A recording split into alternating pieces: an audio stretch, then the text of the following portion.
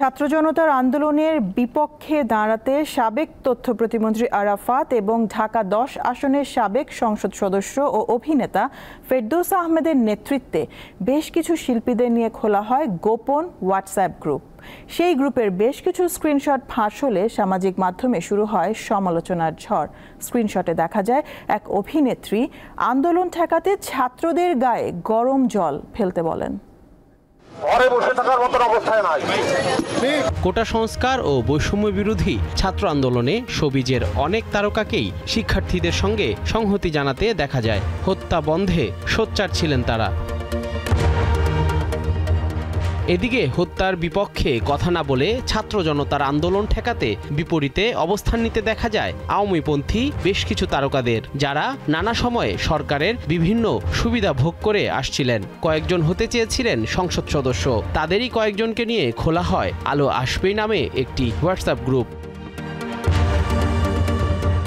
সাবেক তথ্য প্রতিমন্ত্রী এম.এ. আরাফাত এবং ঢাকা 10 আসনের সাবেক সংসদ সদস্য ও অভিনেতা ফেরদৌস আহমেদের নেতৃত্বে গ্রুপটিতে ছিলেন অভিনেত্রী শামীমা তুষ্টি, অভিনেত্রী অরুণা বিশ্বাস, সোহানা সাবা, তানভিন সুইটি, জ্যোতিকা জ্যোতি, উর্মিলা শ্রাবন্তী কর, রোকেয়া প্রাচী, নায়ক রিয়াজ, সাজু খাদেম, জায়েদ খান ও আহসান হাবিব নাসিম সহ অনেকে। গ্রুপটিতে সক্রিয় ছিলেন সাবেক পররাষ্ট্রমন্ত্রী হাসান মাহমুদও।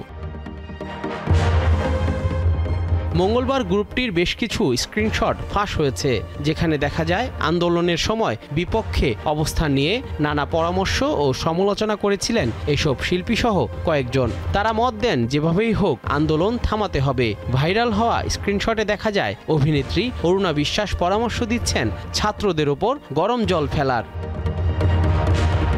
ফাঁস হওয়া এসব স্ক্রিনশটে শিল্পীদের চ্যাট প্রকাশ্যে আসতেই সামাজিক মাধ্যমে তাদের বিরুদ্ধে ক্ষোভে ফেটে পড়েন শোবিজ অঙ্গনের অনেকে এবং সাধারণ নেটিজনেরা।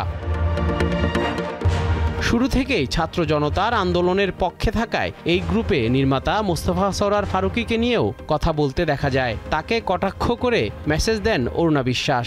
এই কাণ্ডকে মানবতা বিরোধী আখ্যা দিয়ে অনেকে সরকারের দৃষ্টি আকর্ষণ করে সামাজিক মাধ্যমে এর বিচার চেয়েছেন। জহুরুল মোহসান, দীপ্ত সংবাদ, ঢাকা।